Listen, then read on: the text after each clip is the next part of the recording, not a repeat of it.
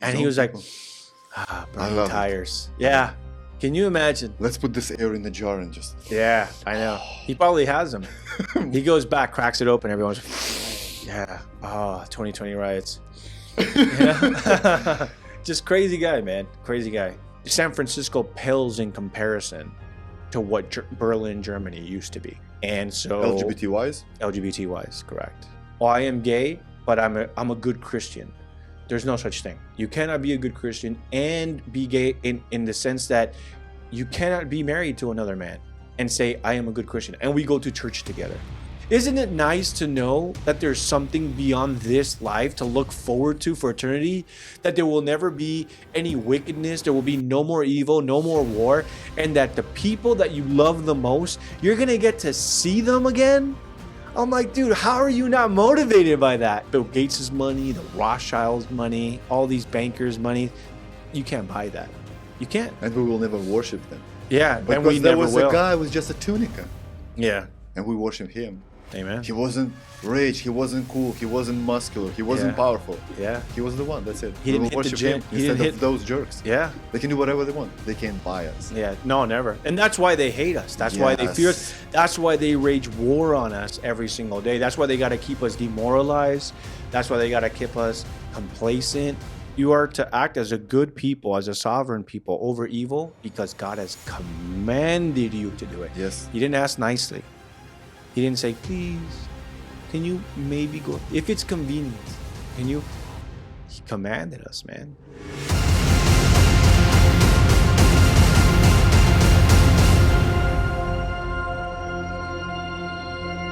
Anthony Cabassa is a father, husband, and a Californian native. Born and raised in Canoga Park, California, he graduated from Silmar High School, the first of his immediate family to do so. Son of a Mexican immigrant mother, he was raised in a single-parent home and grew up in Section 8 housing. At 18 years old, he enlisted in the United States Coast Guard, where he served honorably for 11 years. Thank you for your service. Thank you. During that time, he worked the border with DHS as a Spanish translator, rescue swimmer, and boarding team member. He directly dealt with the growing crisis at our border with the flow of drugs, human trafficking, and the illegal immigration problem. Since he separated from active duty status in 2017, he became an outspoken conservative activist in his community, attending rallies and giving interviews, speaking out on the injustice, bad policies, inadequate border security, and how it is affecting the state of California. In early 2019, he became the communication director for RNCA California. His mission was to inform his community on the growing taxes and failed policies that continue to corrupt local government and keep minorities government dependent. Welcome to the show. Thank you so much. We have lots to cover, brother. I want to start with the recent one, with the one that Kamala Harris has picked her a VP. Yeah. So everything that I know about Tim Walz, he's an amazing person, right? So I have on those paper, I guess, yeah. I have these tweets of Charlie Kirk, and he introduces the public to this guy to the public, actually. Can you explain me? Because I'm from Lithuania, we have never had anything like it. Maybe that's just me, but these people seem like to be demons and monsters, almost literally. Yeah. How so? How can it be so obvious that these people are bad and still they're getting picked as VP or presidential candidate, and people say that they're going to vote for him? Yeah. How is that possible? Well, I think that's a really good question. And ironically enough, this is a question that I was just asking myself. I've been asking myself this question almost all week. I'm looking at the current candidates, right? I'm looking at Donald Trump and his VP pick. And I'm looking at Kamala Harris. Kamala, yeah. It's it's interesting. Don't be a racist. Yeah, exactly. Apparently, if you say your name wrong, which to me is just like, is it Kamala or is it Kamala? But apparently, if you get it wrong, you're racist. But I was actually talking about this earlier this week, and I was talking about it today actually on my way in.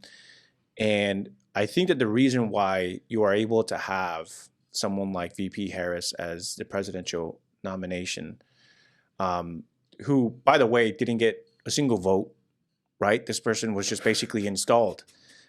Joe Biden wrote a Dear John letter to America and said, I'm no longer going to be your president nomination for 2024. Did you see what Trump said? Maybe Joe Biden will show up at the DNC and like, no, I'm not giving up. Yeah, that was kind of a crazy theory, because I don't think Trump is one of those people that just says things. I feel like maybe he's being told some information that maybe something's going to happen. And here's the reality, you know, anything could happen at the DNC. Nothing is set in stone until like it happens, you know, at the DNC. And so, but going back to your question is, in not so many words, the reason why someone like Harris and Walz, despite their record, despite how malicious, despite, especially with Walz, we're finding out about him, this policies, putting tampons, female reproductive, you know, sanitary wipes, etc., into little boys' bathrooms, because he wants to be woke, because he wants to be progressive.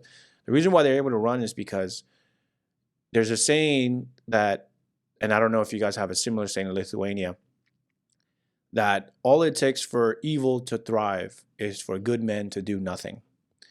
And what I mean by that is there's a lot of people that look at Kamala and Walz and like, there's no way they're going to win. These people are too radical. They're too far left.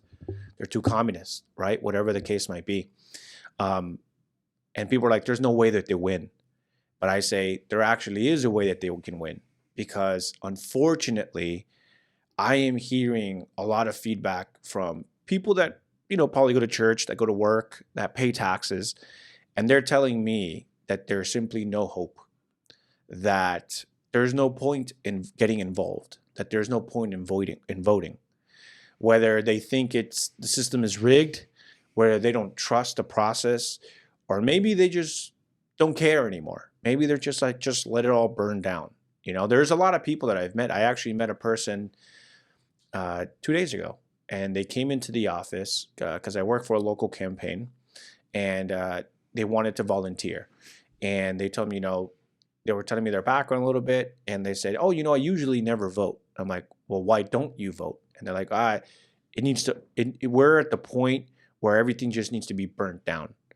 So these people that don't vote are allowing people like Harris and Walz to come in and win, because Democrats have a saying, it's a motto that goes, vote blue no matter who, which means vote Democrat no matter who that person is. The right, sometimes to a fault, is very picky about who they wish to support. There are a lot of Christians that don't vote, period. And those are the people you want voting. You want people who fear God making decisions about politics. Yes. You don't want people who fear the government making decisions, because if the government threatens, then those people submit. And that happened during the pandemic, right? Yes. You don't want these people deciding the fate of us, of good people, of Christian people. So it's kind of like a very perplexed situation, because we are literally living in a moment where evil could win. We're looking at the polls. And at first, Trump was leading by a lot. But do you believe him? Do you believe those polls? I don't necessarily believe the polls, but I think that they are a decent measurement of where the country is. Because you got to remember, the polls are kind of, you know, not everybody, right, is partaking in these polls. There's a lot of people that I meet, and they're like, how come I never get polled? Yeah. You know, I've never been polled. Most people probably have been reached out to get polled. It's probably an email you deleted. Sometimes people get text messages like, hey, we're calling you, you know, we're sending you a text, and we're wondering if you would like to take the next 3 minutes for a survey. Well, that survey is a poll. But what do most people do?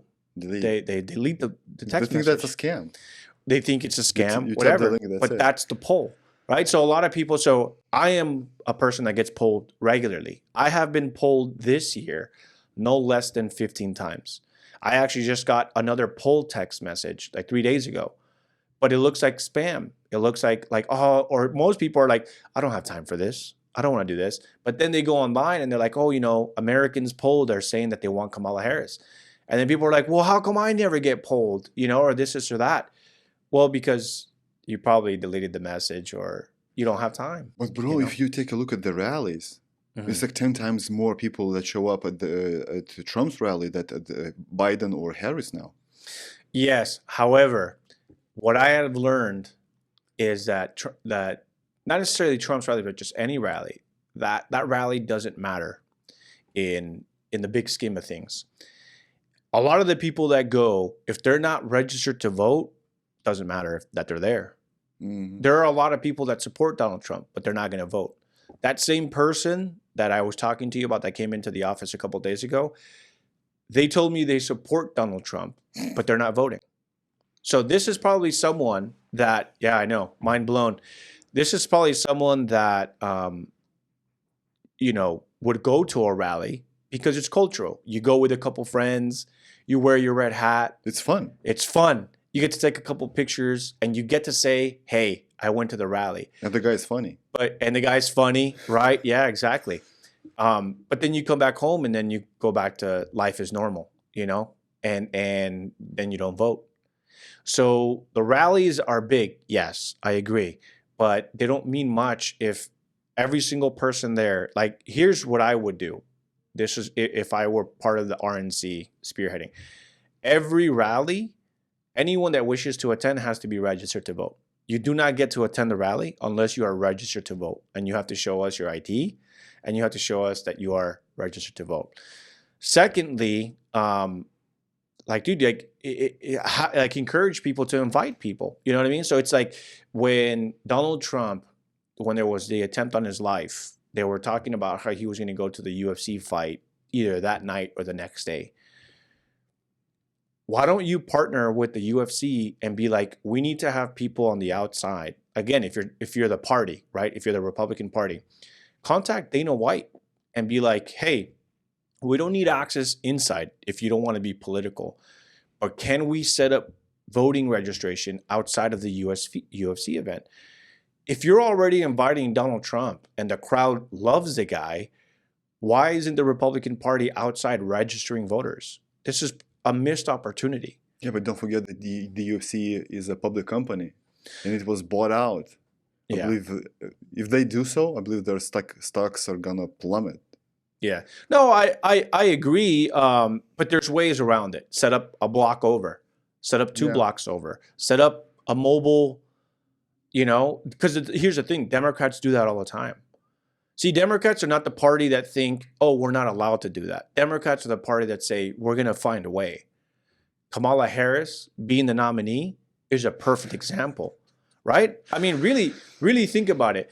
If someone told you 2 months ago that Joe Biden was going to drop out as president and that without a single vote, Kamala was going to be installed, before even the DNC delegates got to vote, you would have said that's never happened before because it never has. You would have said there's no way possible. But that's what separates Democrats and Republicans, is that Democrats say, we will find a way. And Republicans say, I don't think we can do that. But the ways that they find are not legal. They rewrite the Constitution. They're technically legal. I mean, one thing you got to remember is that the DNC is, I was listening to Tim Pool the other day, and he said that the reason why they're able to do what they did with Kamala Harris is because technically the DNC is its own private organization. They can do whatever they want. People can vote, right? But the DNC as a private entity can do whatever it wants. Yeah, but what about the delegates? They decide who is the nominee. Well, that's what I'm saying. So the delegates, all you got to do is just whip up those votes. That's what I'm saying. So like the delegates are part of that private entity. So they're already part of that mechanism. You see what I'm saying? So it doesn't matter who you vote for. It does. In the primaries. Because they will decide. It should. Well, that's the thing. Yeah. Well, you're absolutely right. In the primary, whoever the people vote for, and you got to remember, this was going to happen with Trump. This was going to be a plan that they had against Donald Trump. This is something that they were talking about, is people are going to choose Donald Trump in the primary, but that the RNC at the convention were going to elect Ron DeSantis through the delegates. But here's the thing that people need to understand is ultimately it's the voters' decision, because the RNC let's say the RNC would have gone through with it. Let's say Yes. the RNC would have said, okay, every state primary would have had voted for Donald Trump. In all 50 states, Donald Trump won. But we, as a private entity, are choosing Ron DeSantis, and our delegates are going to choose Ron DeSantis. At the end of the day, come November, the only thing that matters is not who the party endorsed. It's not who won the most states, whatever. The only person that really matters is who's the endorsed or who you voted for. So if at the end of the day, all the shenanigans happened, right, which are happening right now with Kamala Harris, at the end of the day, in November, if enough Democrats vote for Joe Biden, then Joe Biden will win. Okay, so You see what I'm saying? let's take an example. I have a third party, right? Right. I established a third party. And all the 50 states, people vote and they choose you as a nominee. Mm-hmm. But me as a party member, I said, no, we're as the delegates, we're not going to choose you. We're going to choose someone else. For instance, they choose not DeSantis, but they choose Nikki Haley. Yeah, sure. That would be a disaster. It would be a disaster, especially for the party itself, the entity, the third party. And for the America.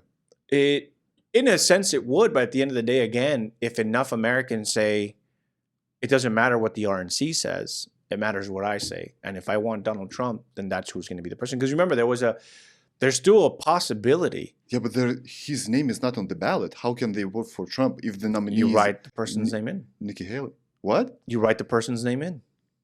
No way. How You many do percent write it. would do that? 1%? Of course. And Nikki Haley is the president. But that's She what I'm just- saying, yeah. 2 months ago, she was signing the rockets in Israel. I understand. That's what WWF. I understand what you're saying, and the reality is, yes, you would literally need like a 100% participation rate.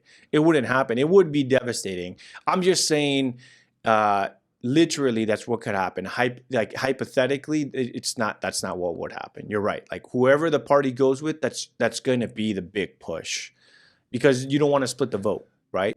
So hear me out. So DNC, RNC, Mm-hmm. and the Fed are private companies.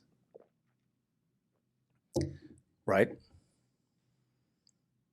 So eventually they do whatever they want.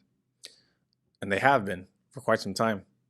I mean, they know that they represent millions of American voters. So essentially they end up doing, most of the time, they end up doing with whatever the voters want. In this case, the DNC is not taking that route. The DNC is saying, this is who the candidate will be, and you have to support this person, which is what they're doing right now. Do you have any idea why did they choose Tim Walz as a VP? There were way better candidates. He's the most extreme, the most left, the most radical lunatic of all. Of all. Yeah, he's probably the worst Pro-abortion. VP pick. Yeah, Full abortion term. up into 9 months. Yeah, it's really wild. Yeah, I think what's happening is that there's an organization called the Democratic Socialists of America. They're communists, but they call themselves Democratic Socialists. You want to make it sound nice, right? You don't want to call yourself communism. You want to call yourself Democratic Socialism. By the way, the It's socialism, but it's a democratic way. USSR was not the communism as well. They were socialist countries. Right. Union of Soviet Socialist Republic. Yeah. And so they're really good at the name branding, but they put out a statement when Tim Walz was put out, and he said that it is thanks to their organization that Tim Walz got nominated as the VP, because the rumors were that it was going to be Josh Shapiro, Yes. which is the governor of Pennsylvania. Pennsylvania, right? The problem with that is that he's Jewish. And right now, the problem, well, and what I mean by that is, who's out there protesting right now, and what are they protesting? You have all these Democrat, socialists, communists, Democratic voters. You have this entire base. They went into these college campuses and they set up all these encampments, and they're protesting the war on Israel, the war on Gaza, the war against Palestinians. As the months went by, what ended up happening is it turned into like an anti-Zionism. I would go to these encampments as a journalist and I would say, what are you protesting? We're protesting Zionism. We're protesting Israeli colonialism. We're protesting white people against brown people. That's the way it was portrayed to them. That's the way they received it. That's what they've been programmed to say, and they send it out through the radio waves and the sound waves. There's no way that you're getting away with a Jewish VP pick. Now, in everything, Josh Shapiro probably would have been the better choice, probably the best choice, depending on, you know, how you look at things. Tim Walz was not a good one, but, and I was talking about this today, he is an educator. I think the reason they went with him is because, at least in face value, for people that are not paying too much attention, he's like this rural farmer veteran who hunts, right? And who is an educator. His wife is a lifelong educator. And so I think that they picked him because they wanted a sense of like being a moderate. So yeah, I know. But here's the thing. People like you and me who are paying attention, who are having podcasts together because we're educated. We know what we're talking about. We know who these people truly are. We research who these people truly are. We go beyond what they're selling us. So you have them, and here they present to you this guy, and they're like, hey, here he is. Wow, look at this. Look how nice and shiny. He's a hunter. He believes in guns, but there's got to be restrictions on the guns. And you're like, oh, I believe in that too. Like, maybe I'm not as anti-gun as I used to think, because here's this guy, and he can push for, right? He's a hunter. He's this. He's that. He's a veteran. That, and you got to remember, like J.D. Vance, right? He's a United States veteran. He's a Marine. Oh, but he's weird, right? Yeah. Well, it's insane. That whole campaign, the whole weird campaign is so insane. So I think that's why they picked him, was because the establishment Democrats know that their base has gone too far. They're too far gone. Too far gone. They're out there in D.C. protesting Netanyahu when he comes to speak before Congress. And they're burning the U.S. flag and hoisting the Palestinian flag in its place. Too far gone. Too far gone. So I think that the reason why they went with someone like Tim Walz is because he's like this average white American with a service record, loves to hunt, right? But again, you and I go past that and we're like, holy crap, this guy's actually like a radical. So his wife told, during the BLM burning down the Minneapolis, she said, in the first days when there were riots, I could smell the burning tires. I kept the windows open as long as I could because that was such a touchstone of what is happening. Burning tires. That's insane. That's like wiping out a village of innocent people and then leaving the window open so you can smell like the corpse and be like, I wanted it to smell freedom for as long as I could. It's like, bro, that's not what, like, that's bad for you actually. Like People same thing with died. Yeah, no, I know. Innocent people died. Innocent people that he represented died. Yes, and he was people. Like, burning tires. It. Yeah. Can you imagine? Let's put this air in the jar and just. Yeah, I know. He probably has them. He goes back, cracks it open. Everyone's, yeah. Oh, 2020 riots. Yeah. Just crazy guy, man. Crazy guy. You want to hear a crazy story? BLM 2020, right? Mm-hmm. So Lithuania is a very small country, 2.5 population.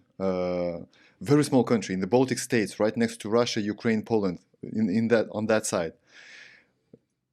Right when the BLM started here in the US, the second day, BLM started in Lithuania, in our capital. Hear me out. Wow. So people were marching. Those are not the people that were marching as blacks or African Americans. We have like maybe 100 African Americans total in Lithuania, right? So just regular, spoiled, crazy, stupid students were just marching down the streets, BLM, Black Lives Matter, da, da, da, da, da, and they were saying, fuck the police. What kind of police did they want to fuck? Their own police? For what? Yeah. What did Lithuanian police do so you write this down? Mm-hmm. They had no idea. So every time you screw up here in the US, man, it's like the other days in Europe, in Lithuania, in other countries. But if you screw up majorly, after 2 to 3 years, maybe 5 years max, it comes to Europe.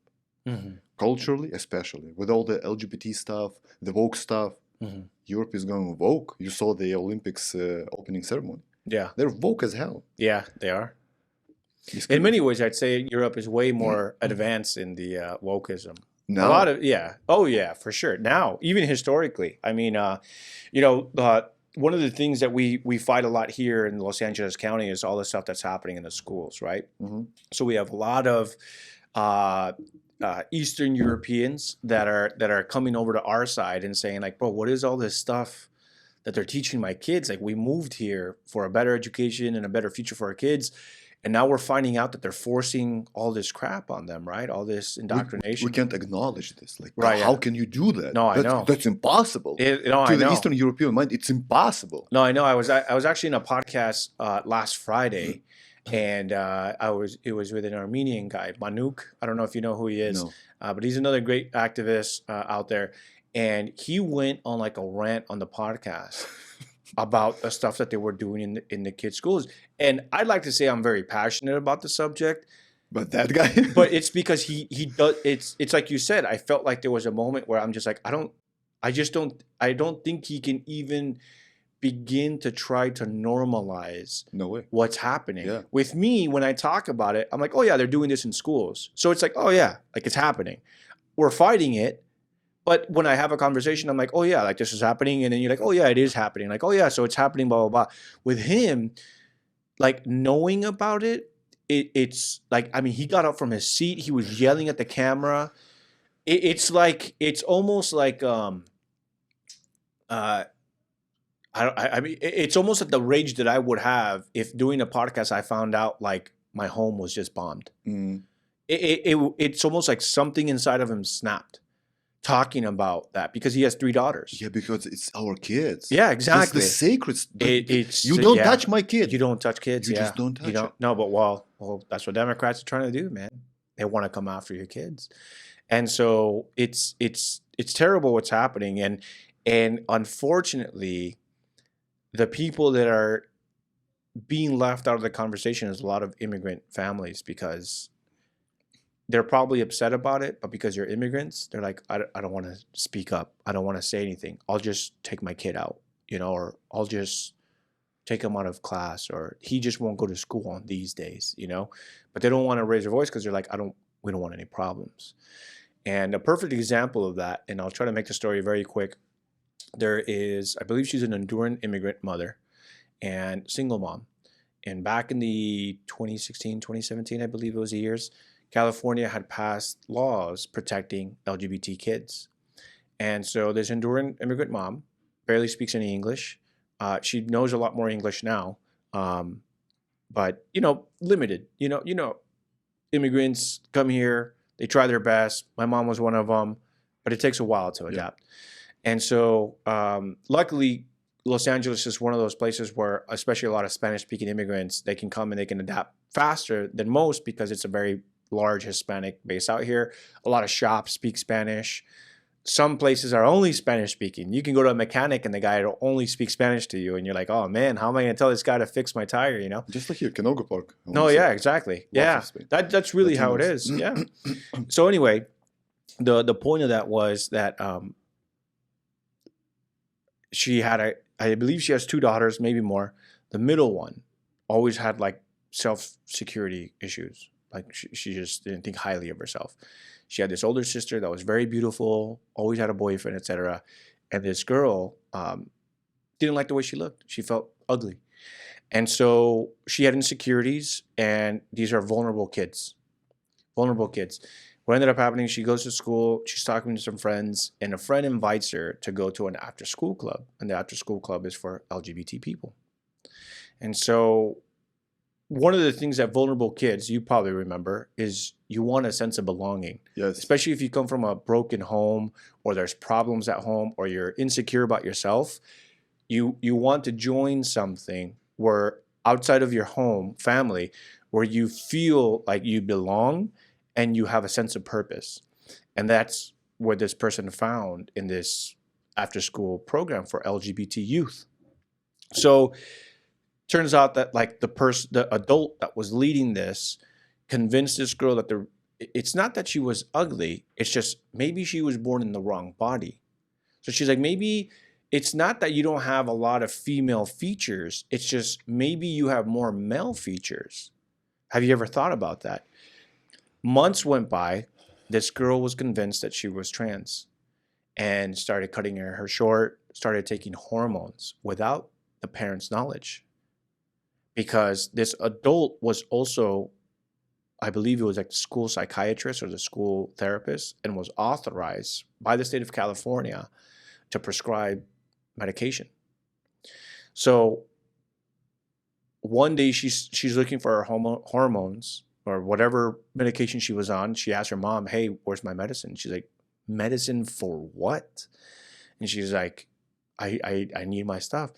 And so then the mom comes to find out that the girl wants to be called by a boy's name now, and that the girl has been taking hormones and has been partaking in LGBT clubs, and that she's like, I'm trans. I believe that I'm trans. If you're an immigrant parent new to America, where in your home country this isn't a known thing to be a trans, right? Whatever the case might be, or that your school can give you hormones behind your back, right? You're going to flip out. You're going to be like, what? Like, what are you talking about? Fast forward, the school interceded on behalf of the school interceded on behalf of the girl that now identified as trans and decided, we're going to remove you from your home because you live in a hostile environment. And how old was she? The girl was a teenager. She was like 14, 15 years old or something like that. It's insane. And so the girl gets taken away from her home. Now this Honduran immigrant that works 2-3 jobs, single parent, multiple other kids, is having to hire an attorney to go to court with the state of California to please have her daughter brought back home to the house. And the state of California said, you have to take classes to become more LGBT friendly, and you have to prove to the court that you are going to allow your daughter to transition to male by taking medication, and if she wants, she can take surgeries, etc. The girl was removed from her home for so long, and she missed her family, that she ended up becoming depressed. And one day, she went to the train tracks and she killed herself. And I mean, this is like almost 10 years ago. And so the thing is that there's a lot of people that say, where did this come from? This transgender stuff. Well, you got to look at Weimar Republic of Germany. This was all happening already back in Europe before it ever even came to America.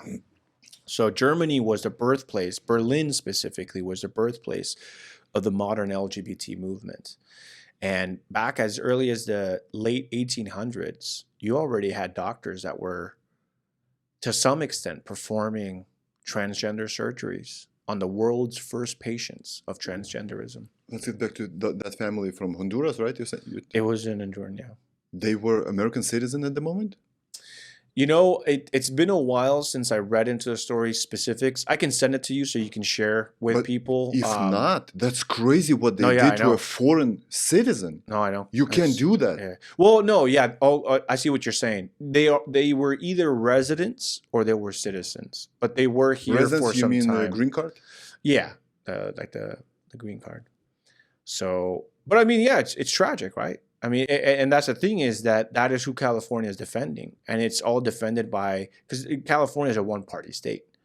But you say that if they don't transition, they commit suicide. Mm-hmm. But this is an example when she did transition and then she did commit a suicide. Because she was removed from her home, yeah. Yeah, so in regards to, I saw your tweet, and this is the book. Yeah, that's the book, Gabriel Lynn. Really? Is that possible in Germany? In Germany, yeah. So yeah, a lot of people don't know that. A lot of people, you know, I talk to a lot of parents that are new to a lot of this, and they're like, you know, when I was a kid, we never really had that. Never. You had like what we had were called tomboys. I don't know if you're familiar with the word. That? A tomboy is basically like more feminine? No, the opposite. So it's a girl that goes through like a boyish phase. So like a tomboy would be someone like a girl that's growing up. You know it's a girl, but she dresses more like a man. Like a lot of them would be like skaters. Yeah. Like the skating community. You know what I mean? So like if you saw like a girl that was skating and hanging out more with guys, and she wouldn't like dress super feminine, she would kind of dress more like in baggy shirts and like long shorts. You know what I'm saying? Like a hat sideways. Avril Lavigne. You know? 2002. Yeah, exactly. That's kind of like a perfect example of like a tomboy. Yeah. So it's just, and a lot of people say this is like, that used to be a normal thing for women, is whenever they wanted to feel like they belong, you know, they would join like these male groups and dress more like a bro, you know, like, oh, what's up, bro? And they would kind of act more like a boy, you know, and they used to call it like a tomboy era. You know, like, oh, she's just going through her tomboy phase. Yeah, a phase. Which ends. Yeah, which ends, exactly. And that's the thing, is that there's studies that prove already that that they did studies with transgender people that if you actually just don't do anything, they eventually grow out of that phase. Just wait. You just got to wait it out. My daughter went through that when she was like 11 or 12. She started playing basketball. She would wear basketball shorts, wear long baggy t-shirts, and all she wanted to do was play basketball with the boys. Because that was the culture. Because exactly, because my oldest son was in basketball and she liked the basketball culture. She liked watching basketball with my oldest son because he set in the example. And, you know, they've got the mouth guards, they've got the, you know, the elbow, whatever, all this, you know, all this stuff. And she wants to be part of it. She wants to be just like her older brother, right? But it was a phase. And now and you know, my wife was just like, hey, like, what do you think about that? I'm like, I think she's going through a phase, you know, like, I don't think we need to worry about it. Just let her grow out of it. And there was a point where like she would never comb her hair outside of just combing it straight down, you know, and it would always just be parted in the middle and straight down. And it would be like a little disheveled. But again, it was like the tomboy era, right? She would wear hats, she would wear baggy hoodies and stuff, you know. And now she's 15. And all she cares about is getting her nails done. And she cares about her makeup. And she has this big hoop earrings. And she's very, very, very in touch with her feminine side now. But it's like, dude, like every kid goes through a phase. I went through a skater phase. I went through an emo phase. Yeah. There was a point I thought I was Eminem. Yeah. You know what I mean? You're rapping along with his lyrics and you're just like, oh, dude, I'm a rapper. Yeah. You know? And you used to dress with the baggy clothes and the extra white large shirt, you know.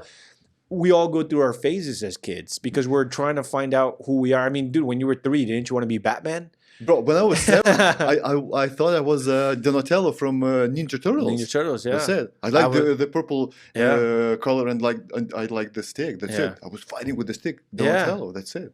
Yeah, imagine. Can I transition to be a turtle? To be a turtle, yeah. There's actually a pretty funny meme where it's like, you know, my 3-year-old decided to put on a Tyrannosaurus Rex costume, so we're going to start giving him dinosaur hormones, you know? It's like, dude, all these different kids go through different phases, and I think the worst thing that you can do is give in to the delusion and make irreparable lifelong damage to them and them not ever being able to get out of that phase, because by the time they're 18, it's like they're looking down and they're like, what's done is done. There's no coming back from that, you know? But I always thought that those, especially the Hollywood actors, they're promoting this stuff. They're pro-LGBT, pro-trans stuff. I always thought that they don't do the same thing for their own kids, which is not. They do. Yeah. Charlize Theron, Megan Fox, Ben Affleck, I want to say, right? Or J-Lo. Yeah. Dwayne Wade, too. Dwayne Wade, Jennifer Garner. Yeah. How can you do it to your own kid? Yeah. Well, because a lot of these people have sold their souls for money. Yeah, but that's a cult, like literally. That's it's literally a cult. Yeah, I have no other explanation. I've always said that, like, when you're a celebrity, and you know, imagine, like, for example, like, you're sponsored by Nike, you can never be seen wearing Adidas. You'll never have that liberty again. Why? Because Nike spot you, right? So, like, imagine with everything else. If you're a movie star, whatever, your sponsors basically own you. You know, whatever money you're already making, it's like, and it's hard to leave that life. So you have to, and the thing, it's known in Hollywood that you have to continue to be in the spotlight, because Hollywood there's all these new artists coming up. There's all these new movie stars. There's all these new up and coming people. And it's like you either stay relevant or you get forgotten. And I mean, imagine, you're a movie star or an actress and no one's talking about you anymore. Well, how do you get people to start talking to you again or about you again?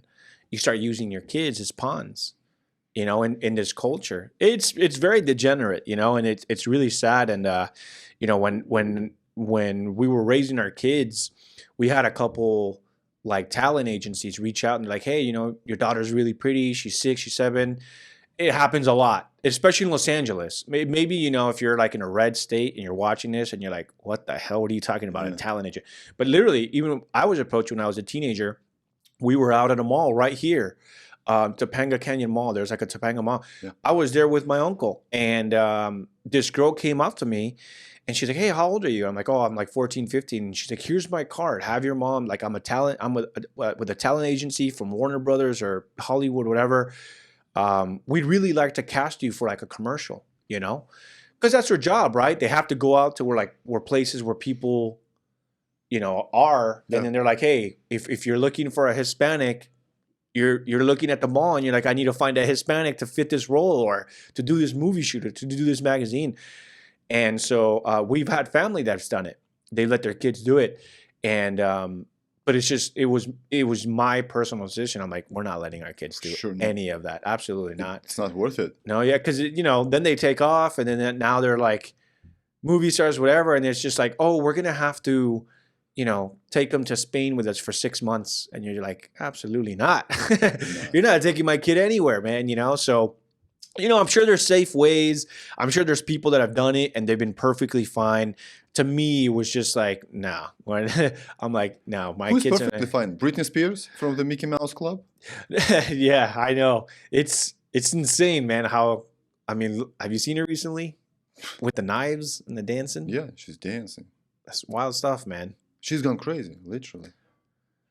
And I feel bad for her because in my opinion, I just feel like she's a victim. I don't think that there was ever a point where maybe she was fully in control. And thinking back, back in the 2000s when we were seeing her music videos, you're like, wow, she's listened to big. Her music. Yeah, exactly. And then you see her perform in concerts, she sells them out. And then now look at her, man. It's like, man, you can just imagine what that industry did to her. And she's gone crazy for over a decade. She's gone crazy, I want to say 2008, right? Yeah, that's 15 when her like dad almost took 20 ownership. years ago. It's wild, man. She's 40 something. Yeah. Which is still young, by the way. Still young. That's dude, I know 50-year-old actresses that are doing just fine. Yeah. They're still like making great movies and they look great, A lot of it is surgery, but But still. They're still at the top of their game. Let's get back to that book, Gay Berlin. Yeah. So in the late 19th century, that was a thing in early Germany? 19th century, late 18th. Oh yeah, I guess right. So like, because I always think 19th century is like the 1900s, but it's not. No, right? It's like 1800. Yeah. So yeah, you're right. That if you look, so Gay Berlin, I highly recommend it to anybody that wants to fully understand, not fully, but at least get a full understanding of how it all began.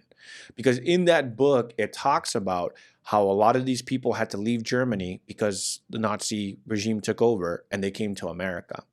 But when these institutions were still allowed and these doctors were still allowed in Germany, there was a lot of Americans that came to learn from them, including Planned Parenthood's Margaret Sanger was actually in Berlin, and she was advising with the doctors in the book, and she was like, we need this in America. So they were going out to Europe, learning how to be more woke, more progressive, LGBT, trans, all this stuff, and they were coming back to America.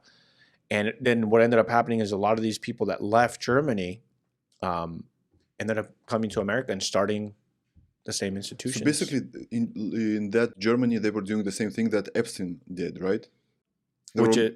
Having kids, just there was public shows of like akin to like our drag shows, where they would have children come into bars and they would perform for kids. And the thing is that in Germany they were having a big problem with prostitution, specifically adult prostitution, but they also had a lot of child prostitution, and that is because after the war of World War I, it left Germany in shambles. Yes. I mean, it was Bad. it was the worst Germany had ever been. And so people needed to do what they could in order to survive. And a lot of it led to a lot of people prostituting themselves. And so there was like these red light districts and gas lamp districts, or whatever districts you want to call them. And the book talks about it. It's like a lot of children were there, and they were being picked up by politicians. They were being picked up by people in high places of power. And the thing is in order to make Germany more LGBT friendly, is you basically had like an LGBT mafia where they were hiring child prostitutes in order to sleep with people in positions of power. And then they would be like, we have proof that you slept with a kid. You need to pass this legislation, or you need to do this, and you need to do that. And then they would do it. So there was a point where, because it became so radical so fast. I mean, within 30 years, you had some of the worst experiments on humans ever done, and you had some of the worst living conditions in Berlin, Germany. I mean, San Francisco pales in comparison to what Berlin, Germany used to be. And so LGBT wise, correct. It pales. Okay, so explain me this, Anthony. So let's say you're a politician, right? You have high ranked politician. You have everything. You got the money, you got the power, everything. Then I came by to you and I say, I tell you, so here is a boy, 10-year-old. You want him? How can you have an erection to have sexual activity with the boy or with the girl, which is 10-year-old? How is it physically possible to have an erection? I know. No, I know that the question is very blunt, graphic, but the reality is this. I have 3 children myself. Sometimes I sit there with my 6-year-old, 7-year-old, and I look at them and I'm like, bro, there are people in this world that would do disgusting things to someone this innocent. Yes. Sometimes my eyes water up because of how infuriating I get in that split second. Like saying, like, what's the one movie? Sound of Freedom? Sound of Freedom. I'm watching this with my kids. I don't think I watch it with my youngest kid, 8 years old, but I think I watch it with my teens. But then I come home to my 8-year-old and he hugs me. You know, back then I think he was 6 or 7 when the movie came out. And I'm just like, dude, kids as young as him are, some parts of the world are being prostituted, and it's normal to these people. Yes. And I hug my son, and I can feel his bones because he's so skinny. He's so innocent. I'm like, dude, any person can overcome him easily. And I it's almost like I cry internally because I'm like, I can't believe that there are sick, demented people out there that do this and they can go to sleep at night. Mm-hmm. Just the most innocent, pure creatures that of God's creation, and people. It's disgusting, man. You know. I got this book. 1 moment. Yeah. There is the guy called Alan Smith. Mm-hmm. So he has a company that helps sexual traffic victims. Mm-hmm. And he wrote a book, Men Fight For Me. And I want to read you one passage from this book. When I was reading it, I was like, there's no way. My father left me, one of the victims writes, my father left me when I was a baby. From the very beginning, I had a feeling of not being wanted and the feeling of being inadequate. I grew up with a constant and profound sense of rejection. That led me down the path of searching for approval and acceptance from men, no matter who they were and what they did. By then, my mom had already married another man, and that's when the real abuse began. It started out with him sexually abusing me. Then it turned into him trying to kill me. Among other things, he held my head underwater in the bathtub, pushed me down a flight of stairs, and put me in an oven. Oh. She was 4 years old. As a young girl, I was made to believe that I had always done something wrong and that I was bad and needed to be punished. The sexual abuse started at the age of 3 and it continued to happen until the age of 6. You put a 3-year-old into an oven? How can you even... Yeah. How can you think of this thing? Putting It's in hard for an us oven? It's hard for us to even put into words how Yes. we're reacting to it. You can lock him up How can you in even a closet, act these maybe. things? Yeah. Oven. So this is what I will say. I want to get back to your question because it is a very interesting one. And, I'm not a psychologist by any stretch of the imagination or a therapist. I have to imagine that there comes a point in your life where you are so successful and you have everything you need, right? Because sometimes when we hear about the people, like supposedly Bill Gates went out to Epstein Island, successful people, Allegedly. right? Politicians, right? Yeah, we have to say that. But you have these people, successful people that you and I would look at and be like, oh, wow, like that's a very established person. They're successful. They're probably going to be in the history book someday as a person that accomplished one thing or the other.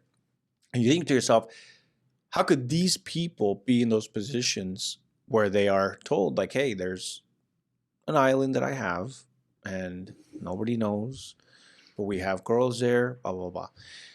I think what happens is there comes a point in everyone's life where maybe you feel like there's nothing more to be had. I've tried it all.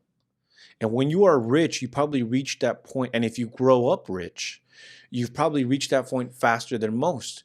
If you want a Bugatti, you go get a Bugatti. If you want a house, you want the finest wine, you can have it with the snap of your fingers. So what else is there in life? And if you're not God-centered, if you don't have God in your life, you're going to seek fulfillment not in the holy things, but in the most of evil things. Some of the worst taboos known to men. Joe Rogan, for example, he talks about this. He was talking about it with Jordan Peterson. Jordan Peter asked him, what's your why? What is, and he's like, Jordan Peterson said, my why now is God. Before it was like, how smart could I get? That's what fulfilled me. I was always trying to find like the next level of enlightenment. But I realized at some point that I was never going to be able to find true enlightenment until I knew God. Because he's the creator of everything. He is enlightenment himself, right? There's no enlightenment without Christ, without God. And he asked Joe Rogan, like, I noticed that you're kind of like in your own path as well. You don't really know where you sit yet. But I do know that you take all these acid trips and you're taking mushrooms and why do you do that? And he says because he truly believes that if you take acid mushroom, that you reach like a new level of enlightenment. Like maybe we're supposed to be taking these things. And he was talking about, not to get too much into it, but he's talking about maybe some of the men in the Bible, maybe Jesus Christ himself, in order to reach that peak, maybe he was eating mushrooms all his life, So he was what I think he was trying to do was he was trying to find a human explanation for it. But I think what happens is people like Joe Rogan, it gets to that point where you're just like, I'm the #1 podcast in the world. I have all the money I can ever need. My children and my grandchildren will be financially set forever. What's left for me? Everyone knows my name. I can go to any country and people are like, that's Joe Rogan. Yes. That's Donald Trump. That's Andrew Tate, right? What's next for me? So it's almost like you either continue on the right path because you know what God has called you to do and you help as many people as you can and you make that your life venture, right? Is helping as many people as you can along the way without necessarily making it only about charity, because that could be bad too, right? If you just go around handing out $10,000 to people that are addicts or homeless or whatever, you're not really helping them, because you're not teaching them life traits. It's like the saying goes, you teach, you give a man a fish and you feed him for a day. You teach him a fish, you feed him for a lifetime. So I understand that there's also like that fine line there. But the opposite side is you start delving into things that no one should know about. Whether that's a cult, whether those are hard drugs that are illegal. There's places in the world where you can only get that drug at that one place with the shaman that gives it to you and you have to drink it under his supervision, right?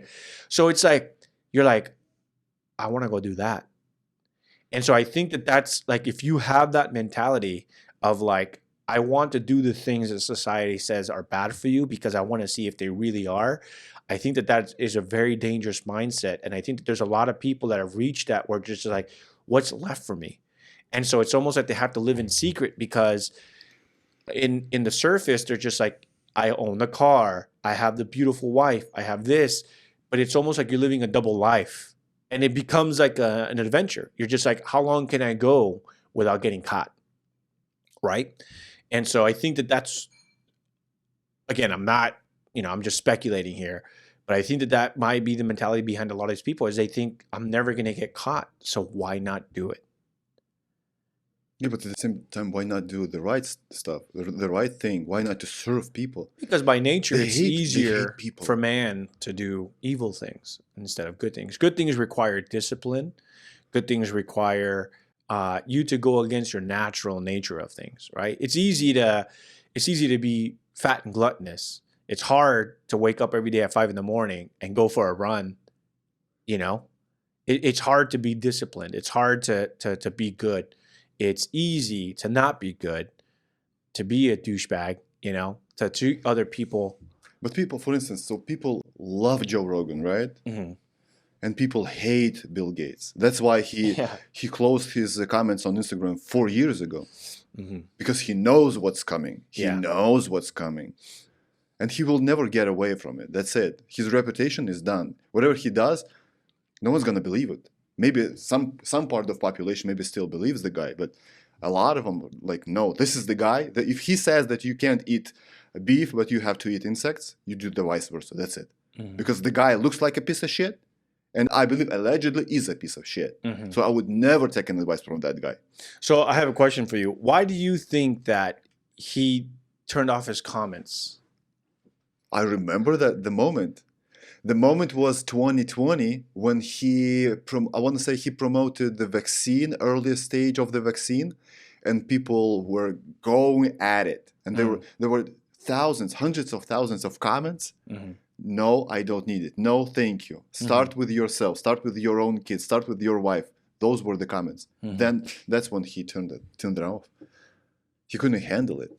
So you're saying he couldn't handle it, but so let's say most successful people don't run their own social media. Yes. They have teams that run it for them. They just run it past them and like, hey, today we have the Moderna post that we're going to post. Okay, good to go. He probably doesn't even authorize it himself. Sure. He hires someone to authorize another team that runs the social. So my question is I don't think Bill Gates sits there, looks at the comments, and he's like, I can't take this anymore, right? Not. Right. So here's what I'm getting to is, it's not that they fear that he will read the comments and be discouraged. Yes.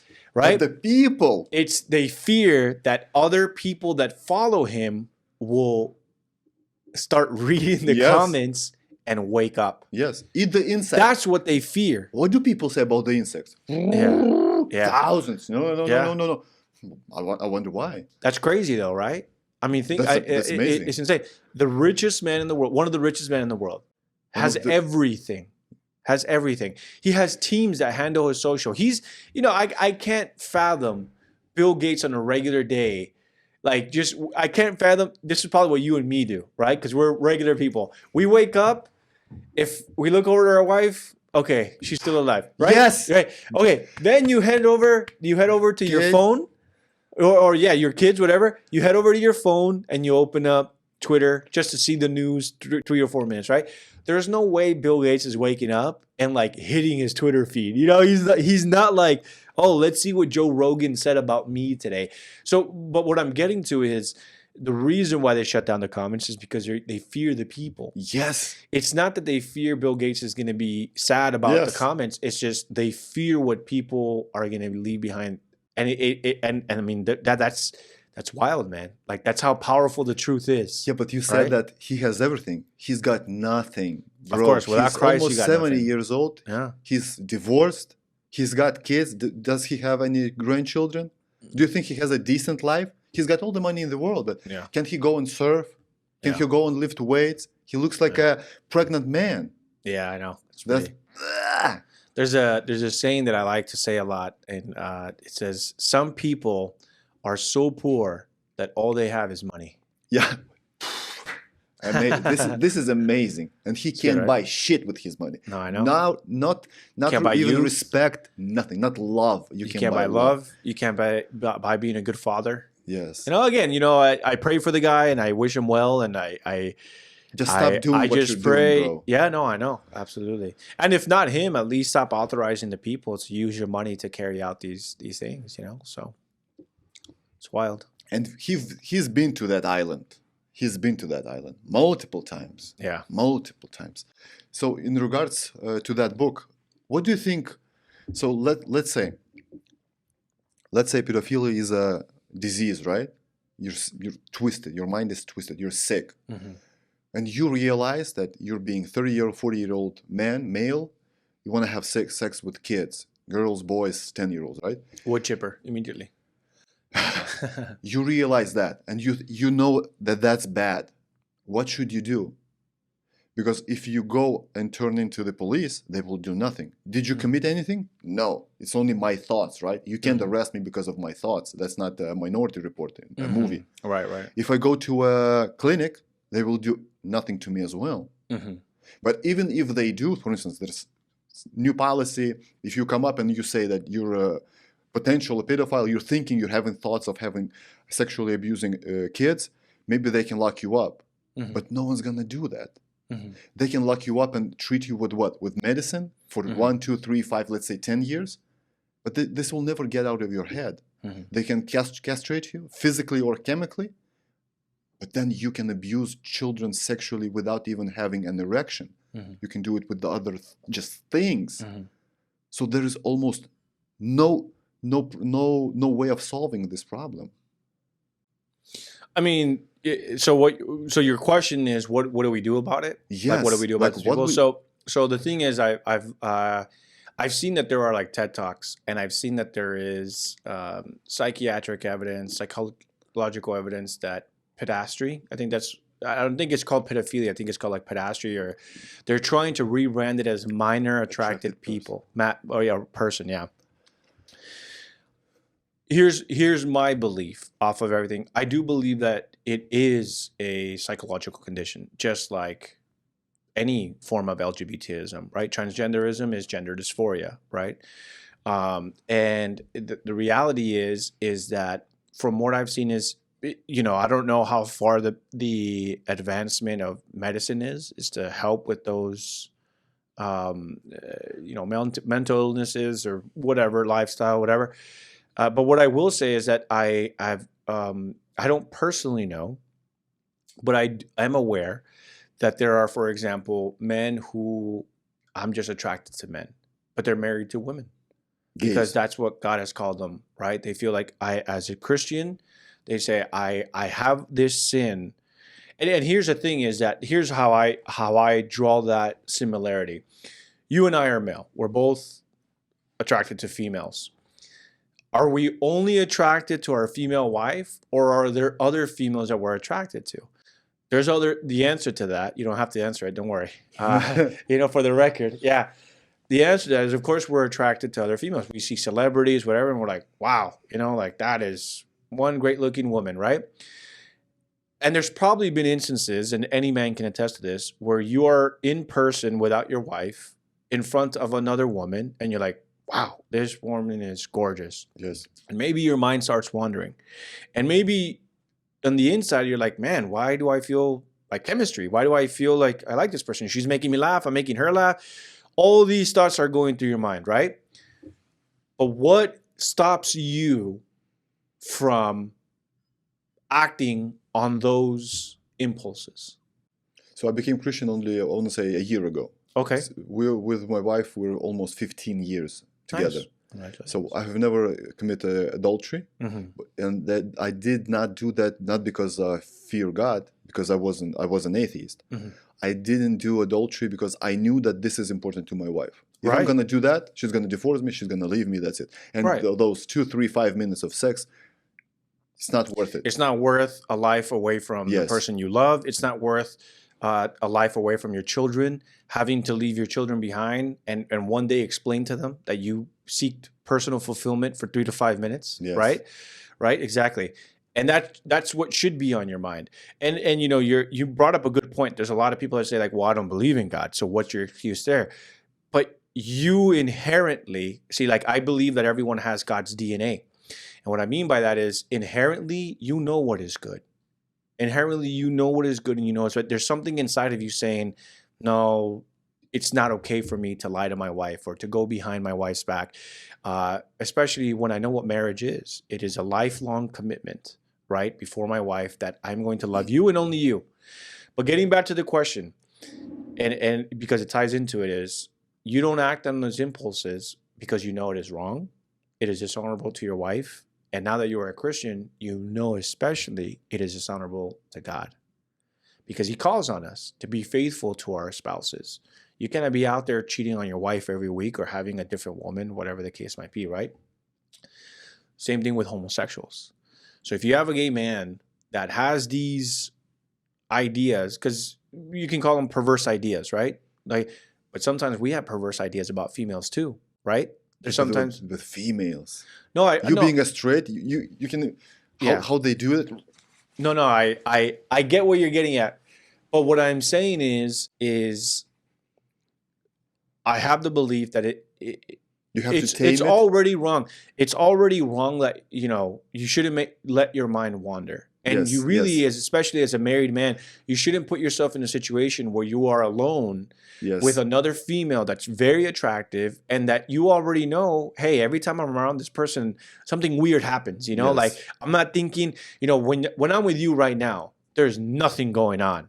There's no perversion. We're talking about perversion, but there's no like, oh man, next time I'm alone. There's no such thing, right? Exactly. And I'm sure the feeling is mutual. But it's different. But it's hey, that beard. No, but with the female, like, you know what I mean? Like, hey, there's something wrong here. Like, there's something. Why am I thinking this way? Why does my mind go this way? So what I'm saying is, you need to stop that. You avoid that as best as you can. And so it's the same thing. So what I've heard is there are people that have homosexual perversions, but they never act on them. And that is where the sin lies. The sin lies is, are you acting it out? Yes. We all know homosexuality is a sin. And we know that it is a perversion. Not intentions. Not necessarily. I mean, if you're... Actions for sure. So it's like, if you get married to another male, you're living in sin every single day. Yes. Because you took the action to perverse, first of all, marriage, and secondly,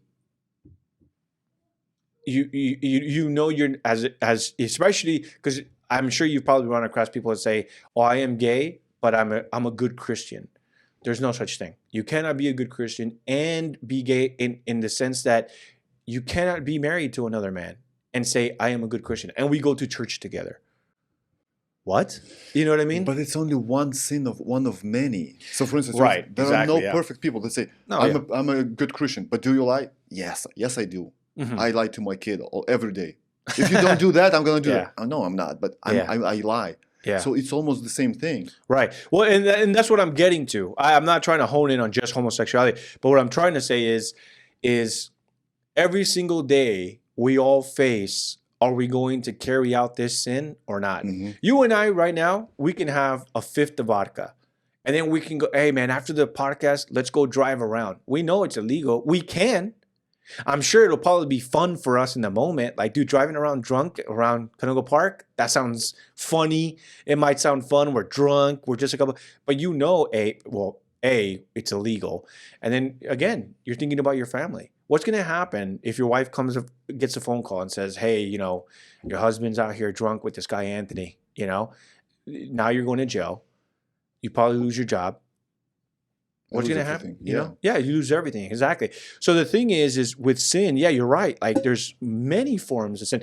To me, there's no difference between someone that has homosexual perversion and train of thought and never acts on it than a straight man who every day has to go out and face the same sexual perversions.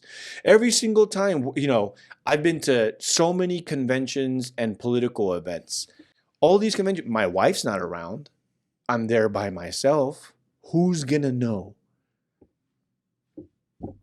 Exactly. The one. For us, he's gonna know, right? And that's the thing is that, but I've never acted out these sexual, immoral, and perversive thoughts because it's like God wouldn't want it, my wife wouldn't want it, and above all, what does that say about me? You know, and to me, it just comes down to discipline. That's what really keeps us in line, right? Is discipline. You know, all those years that you were not believing in Christ or you weren't a Christian, your discipline kept you in line. Because again, you could have, you know, but you never did. That's discipline, man. That takes a lot. And the thing is some people are weaker than others. And there's millions more straight men that carry out sexual perversive things than there are homosexual, just by percentage wise. You know, there's not that many LGBT just to begin with. Yes. So, and I guarantee you that there's more Christians every day, just per capita and percentage, that are carrying out sinful things that they shouldn't be doing. But then they're out here, you know, bashing just one specific thing. And it's like, well, no, man, we should be, it's just sin all across the board. We should be trying to live as holy as we can, as Christ-like as we can, and we should be battling on all fronts, whether that looks like homosexuality or alcoholism or a battle with drugs or pedophilia, whatever the case might be. And that's the thing is that if you are one of those people, it's Christ that can transform you. Christ alone has that power to be able to transform. And there's Christians that have these sexual, immoral, homosexual, erotic thoughts, but they never carry it out. And they say, God, please let me love my wife today. Please let me love my children today. Please save me from sexual perversion today. But yeah, exactly. Deliver me from evil, thoughts. You know, and deliver me from evil thought. Exactly. Yeah.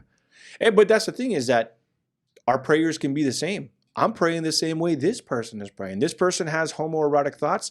I have heteroerotic thoughts. You know, I'm thinking, God, please, wherever I am today, don't put me in a situation where I'm going to be thinking a certain way. This morning, man, I woke up. I'm laying in bed. I'm waiting for it to be time to come on over. Showered. I have my clothes laid out. I'm like, I got 10 more minutes. I'm in my phone. I'm scrolling. Lots of beautiful women. There's no one around. There's no one. I got you. Yes. Thoughts are flowing. Yes. And what did I do? I got down on my knees and I started praying. I'm like, God, I am battling right now because I am scrolling through social media and I saw a picture. It triggered something inside of me. And I am praying for strength right now. Please, God. And I started praying for the podcast. I started praying for you. I started praying for my mom. I started praying just anything. I'm like, 10 minutes, la la la. You know, I'm just like, God, grandma, just please. grandma. Yeah, grandma. Exactly. Yeah.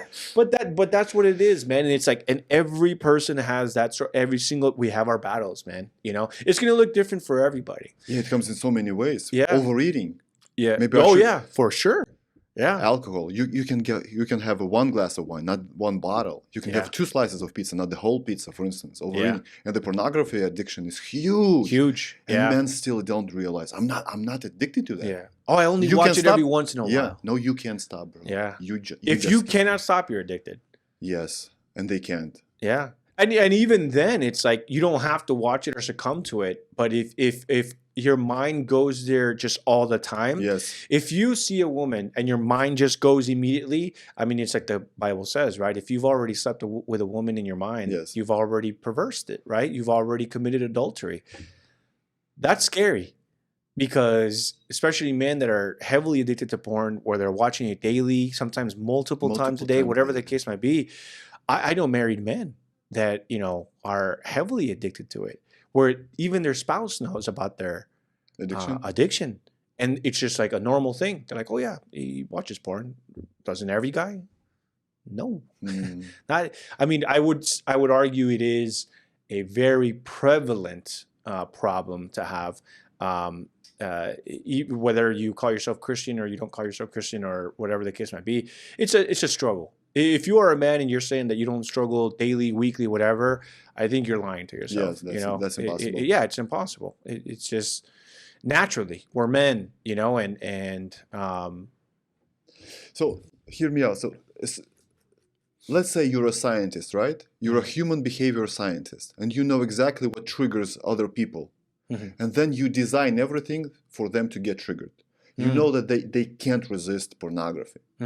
But they know you film pornography that way, you make this kind of movies, the retention is pretty low, right? Then you switch, you do the adjustments. Once you do the right pornography, that's it. They're addicted. From 10-year-old, 20-year-old to 12-year-old, they're addicted for life, for decades, nonstop. You know exactly what you can do with food. If you put this additive into potato chips, they're gonna eat all the package all the time with beer or with soda, everything. So from this standpoint, and you demolish humanity, men and women as well, because you just know what triggers people. You know how we are built. You know our hormones. You know how to trigger our feelings, and that's what we do every day with social media. I can't stop the Twitter feed is refreshed. It's a dopamine, It's a dopamine right away. They know exactly what it is and how it's done. Yeah. I mean, that's why they have algorithms. Yes. There wouldn't be algorithms if they weren't always trying to know and they what's were going to 10 keep years you. ago almost, right? Yeah. It's a new thing, 5 to 7 years old only. Algorithms. Because what they discovered was that people would hop on, they would see the post from their family, like a picture or two, and then they would, okay, I'm done for the day, you know? But with algorithms, the whole purpose of algorithms is how can we get people to stay on the app for as long periods to the point where they are not just over consuming, but we now have targeted ads for them. Yes. So it's like, you have a laptop here, you have your iPad here, my phone is over there in the corner. We start talking about how I need a new couch. All of a sudden, I'm going to go to Facebook, and guess what's going to be on my feed? It's like, hey, by the way, there's a store near you that's having a sale for couches. But isn't this a conspiracy theory? No. But it works. No, yeah, it does. How does it work? Yeah. If Apple tells me that we don't let them use the microphones or the cameras. Every time it uses a camera, you get this green dot. Every time the app uses your mic, you get the yellow light. Yeah. But every time we talk about a specific item, it shows up. It's psychological warfare, man. And it's been happening for decades now. It's really been happening for, I believe, centuries. Because that's really the point of the scientists, right? And these researchers and these people is they want to know the why. Yes. Because remember, there's a question that you ask Christians, what's the purpose of life? And that is to live out God's will and to spread the gospel and to be good people and to carry out his instructions that were before us and by greater men that they instructed us to be, right? But then the people that don't believe in God, they want to know the big why. They're like, no, I don't believe in God. So what's the why? So they're always trying to find out why. Why is it that people drive drunk? Why is it that people are attracted to males? Why is it that people prefer big couches versus small couches? And so they want to, it's all data. They just want to know the why. So everything needs to be asked, why like that? And then how can we get more people to do that? Because that's basically what it is. So if I'm a good salesman, I am working with all these industries. If I sell couches, we'll keep it to couches. I want to know how many people in my area need couches. Because before it used to be it's all marketing, right? You need to be standing in the corner with the big sign. You need nice marketing. Now you have like Google. How do I make my couch store pop up at the very top, right? Like as a paid ad. Yes. So if you are here, in the valley and you're like couches near me, I now paid for an ad that comes to the very top because you're near me. I'm near you and you need a couch. But on top of that, I also want data. I want to know how often people are buying couches so that I know when to, so like, let's say, for example, if there's a study that says most Americans, buy couches during the fall time. You want to even go more than that. You want to know, okay, well, sure, Americans, but it could look different depending on where you are. I want to know the data for Los Angeles. Then you hyper localize it, and it says in Los Angeles County, most Americans buy their couches on October 13th. So what are you going to do? If you were a good salesman, what are you going to do around October? You're going to have a sale. You're going to have a giant sale. You're going to say, hey, if you come to my store to buy a couch, we have a fall sale. Everything must go. And maybe even a buy one, get one, or whatever. Or we do free interest for 12 months, whatever the case might be. So that's why you want all that data. And so you have these people that are researching the why, and then you have the people that want the why so that they're able to target that demographic. You say so. What did you say your why is as a Christian? I mean, it really depends on who you ask. I'm asking you, your. No, yeah. I was going to say, but for me, my why, and again, why am I political? Why am I a father? Why, but if you're asking me, what do I think is the purpose of our life? Yes. I think life is a test. I think that we are born with inherent good, and I think that it is our purpose to discover God or to learn about God. And once we learn about God, we need to have a connection with God, and we need to have a relationship with God. And so when I read the Bible, I was raised Christian, so I had that luxury. There's a lot of people that maybe they're not raised with Christianity. I assume you were probably one of those people. Yes. And you came to find God eventually. And now you're probably like, I can't get enough of this, like it's the love. It's maybe Bible is a new interesting sense to me. of, it's whatever, it doesn't matter whether you believe in God or not. Reading the Bible is just such a fascinating book. It's such a fascinating chronological sequence of events. And you're just like, wow. Like if anything, even if you're reading it as a fiction book, right? Because people are like, oh, that's a fiction book. Sure, but just pick it up and read it. And what's interesting is, there's another saying that goes, there's 1,000 religions. How do you know that yours is the right one? I'm like, well, mine goes against all the things that we naturally want. Mine doesn't say go out and have promiscuous sex with as many women as you want. Mine says you need to be devoted to one, and you need to make that one your lifelong commitment. Because here's the thing is, naturally, and again, we go back to this, is I believe that we are built to have, Muslims talk about this, Andrew Tate talks about this. Why would I settle down with one wife when I can have 13 wives? But then if you're making the same vows and the same promises to every single person, I feel like that nullifies it. Like, so you're just going to find multiple women and just keep making these promises, You can have 4. Yeah. Officially. 4 or 5, whatever that number is. And there was a saying that says that, it's easy to make 1,000 women fall in love with you. It's harder to make one woman fall in love with you 1,000 times. And what that means is you got to have that discipline. You got to be that man that is not only evolving as a man personally, but you're evolving with your spouse and you're taking her with you. And that is something that is also my why. My wife is a big reason of my why. She is the person that I met as a teenager, and today we are not the same people than when we met. People say like, isn't it boring? And I'm like, are you kidding me?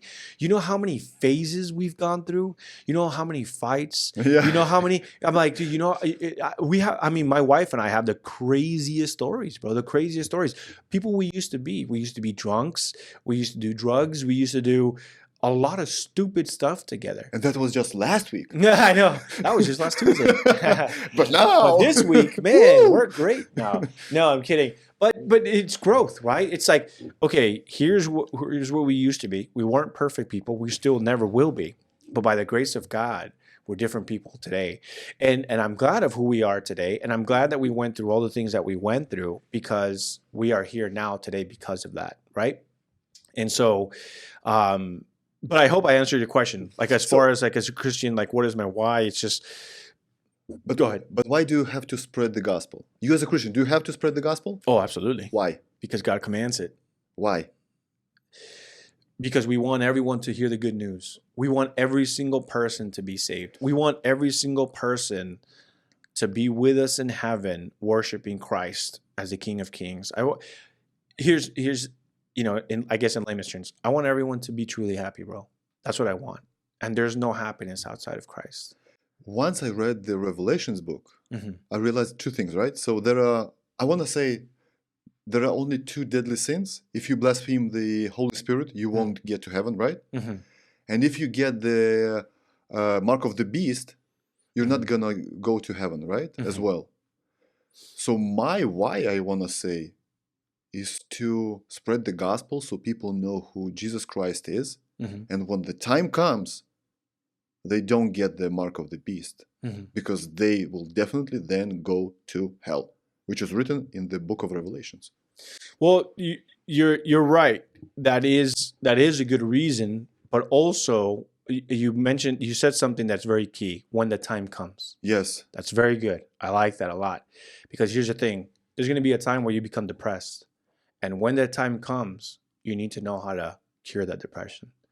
There's going to come a time where you find yourself alone and destitute, and you're going to feel very hopeless. And when that time comes, you need to know Christ in order to get yourself back out of that spot.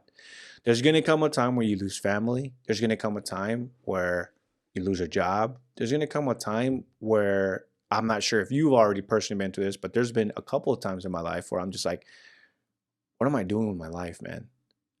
Like I used to believe I know my purpose, but is this my purpose? Is this really what God wants for me?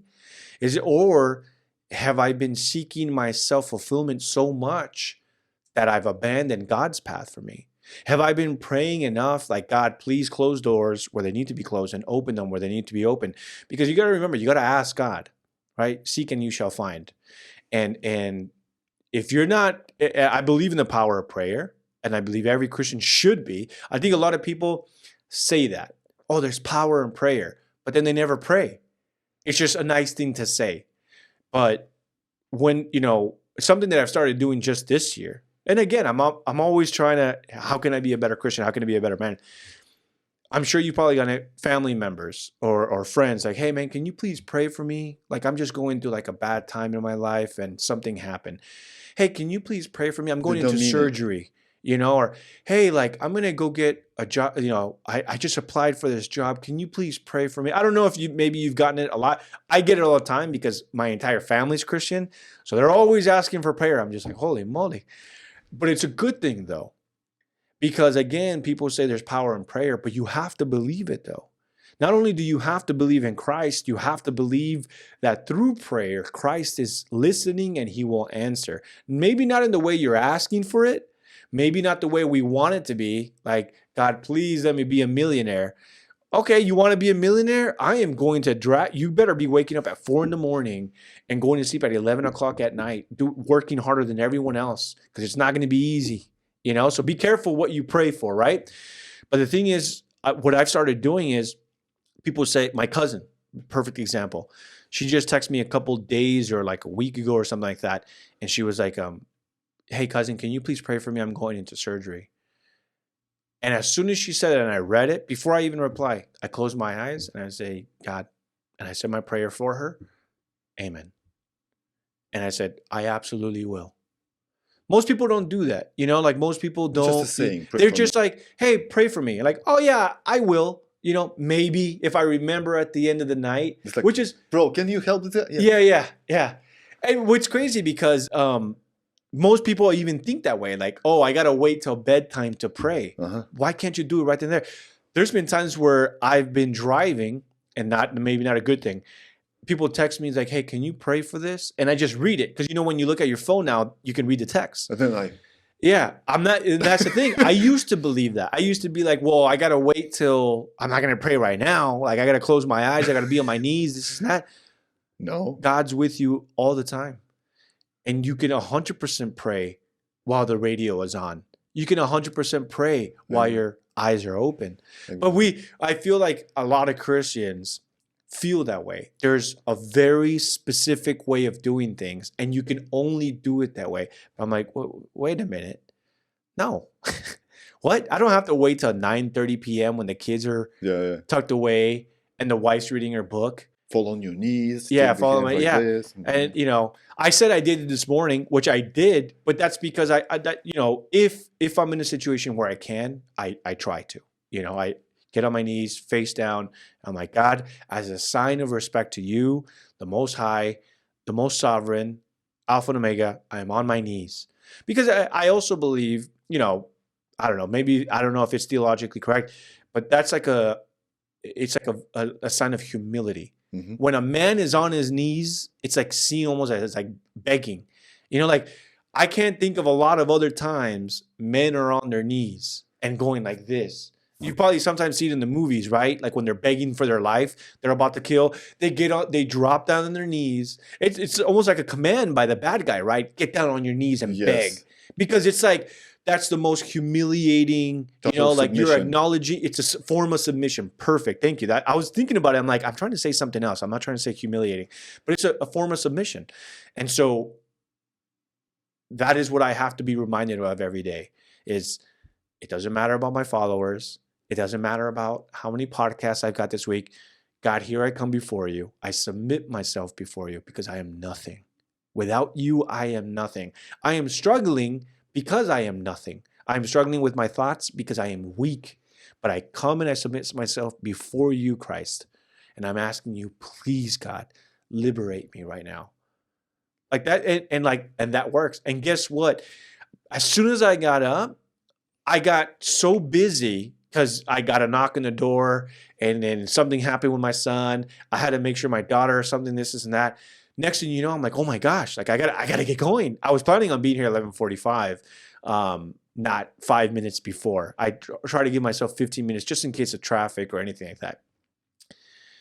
But I went from having too much time on my hands to like thinking things to now, holy smokes, I gotta get out of here. And before I knew it, I was on the road and I'm like, God, you just saved me. Here I was sitting in bed by myself and thinking I'm too weak. I'm going to fall into temptation.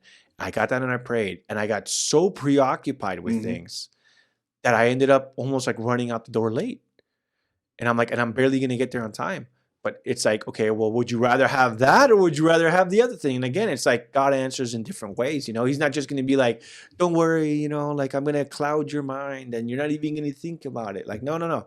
He's going to answer, but he's going to answer his way. So once I had a pastor here sitting right in front of me, he told me, you have to build you have to have a relationship with God. I was like, a relationship with God? And I was asking him, how can I pray? Because I was just starting my journey and I'm still am on a journey. And he said, God knows your heart. You can pray whatever you want, whenever you want. That's it. He knows your heart. If you're sincere, you can pray. That's what he cares about. Yeah. That's what he cares. And last year, I was just starting my journey on becoming a Christian and knowing Jesus. And I saw this picture. I'm going to show it to you. And I was like, for male, especially, it's so hard to submit to another man, right? And when you see, for instance, when you see Jesus, he's not muscular, he's not big, he was very quiet, calm. Maybe one time he did turn those tables, but every time he wasn't angry, he was composed and said, like, no, I'm not going to submit to that guy. Our ego is through the roof, right? But once I saw this photo, I was like, I even saved it to my phone. It's something so simple, right? Yeah. And every time I feel like something is not as I want, I was like, he's with me, just like mentally, he's just with me. That's it.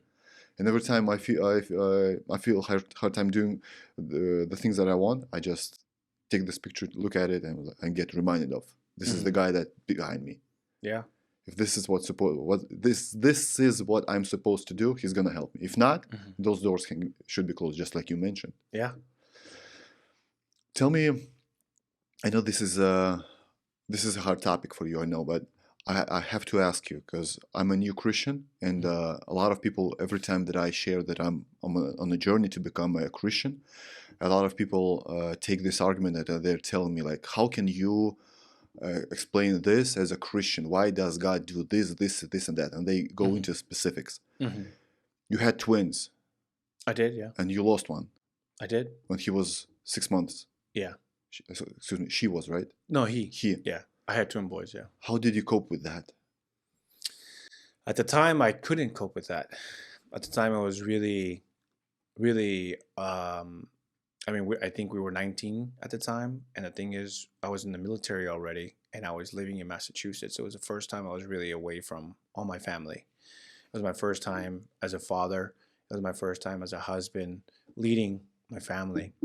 And yeah, I think at the time I was, I was just distraught. It was a couple months of just, I can't believe this is happening. I can't believe this did happen. And, it What took, was the reason? so he died of sudden infant death syndrome. It's called SIDS. And there's no explanation for Hmm. it. Some people, I don't know where you're going to have this dream, but they attribute it to the vaccines. Hmm. I don't know enough, to be honest. This is something that I've told many people. Before the pandemic, my wife, my kids, myself were fully vaccinated. We've never even thought about it, never. Post-pandemic, I'm just like, man, what the heck? Like, what are they injecting in us and this and that? So I haven't done my full diligence on it. Some people have told me that that is one of the side effects is SIDS. But again, I don't want to speculate, and I don't want to instill fear in anyone, especially if they're about to have a baby in the depth. Talk to your doctors. But yeah, that's how he passed at about 6 months. Yeah. How did you manage it? Not good, because it kind of turned into a couple of years of despair for my family. Years. Yeah, yeah, because I essentially dealt with it with alcohol, and so But that's the worst thing you can do, right? Because oh, there was absolutely, another kid and your yeah, wife needed you and you yeah, were just drinking. and I was just drinking a lot. Yeah, I wasn't like drinking at home. I wasn't like the drunk at home, but Oh, I like it got you. was just when things got really bad, I would go out with a couple friends and we would just get Mm. obliterated drunk, and then I would be good for a couple days, a couple weeks, and then it would just be like, hey, when's the next time we're all getting together? I want to get drunk, etc. We did go to therapy and stuff like that, obviously. I was stationed in Massachusetts when that happened. They let me come back to Los Angeles to be around family. We went to church a lot, stuff like that. But personally, I don't feel like I learned. Not that I felt like God was trying to teach me a lesson. I don't think that's the way it works at all. But I don't think that I was responding appropriately, because yes, we went to therapy. Yes, we were being counseled by like church leadership, but I was still getting drunk. I was still doing things, I shouldn't have been. Um, so yeah, it was a rough experience, but I think that God in his mercy, gave us two. Mm. And like you said, I still had another one to think about, and he still needed me. So I think a lot of it had to do with that. I think that, to be honest, I think that where my wife and I were at the time, had we only had one and we lost that one, I don't think my wife and I would be where we are today. I don't know what that would have looked like. I don't know if it would have meant like divorce, or just maybe it's just best we don't see each other because of what happened. Yeah, I don't know. The devil works in many ways. So I just don't know. I don't care to speculate. But in his infinite wisdom, um, we had two. And that very same day, um, when that happened, they brought my son Hector. And they're like, hey, here's your other son, and he was smiling, and he obviously, he's a baby, he doesn't understand what's going on, he's 6 months old, so he's just happy to see me, this and that. And so immediately it was just like, hey, obviously this happened to you, and it's tragic. No father should ever have to go through that, ever. It's the one, if not the worst thing that could happen, is having to bury your own son. Or daughter. Oh yeah.